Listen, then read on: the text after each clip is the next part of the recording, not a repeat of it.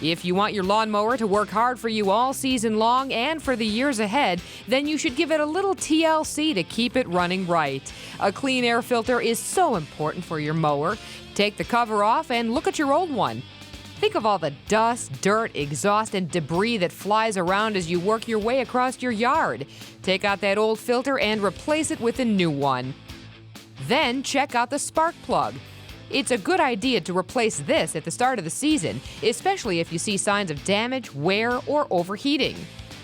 Okay, here's a question for you. Why do you need a sharp blade? Because a dull blade rips at the grass. A sharp blade makes a clean cut, keeping your grass even and healthier. You can get tools to sharpen the blade yourself, or many hardware stores offer this service.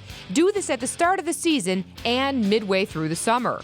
Just like in your car, oil in your mower can become contaminated and gum up the engine over time.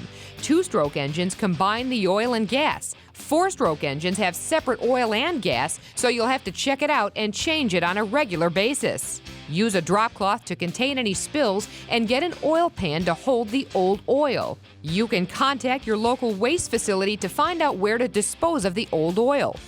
Remember to always disconnect the spark plug when doing any work on the blade or engine of your mower.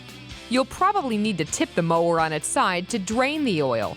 Make sure the gas tank is either empty or seal it by tightening a piece of plastic under the cap. When you drain the oil, tip the mower spark plug side up. This way you're not pouring the oil across the engine. Once the oil is drained, use the type and amount of oil recommended by the manufacturer. And finally, keep your mower clean and free of grass clipping and dirt in general. Treat your mower right and it'll keep your lawn trim year after year.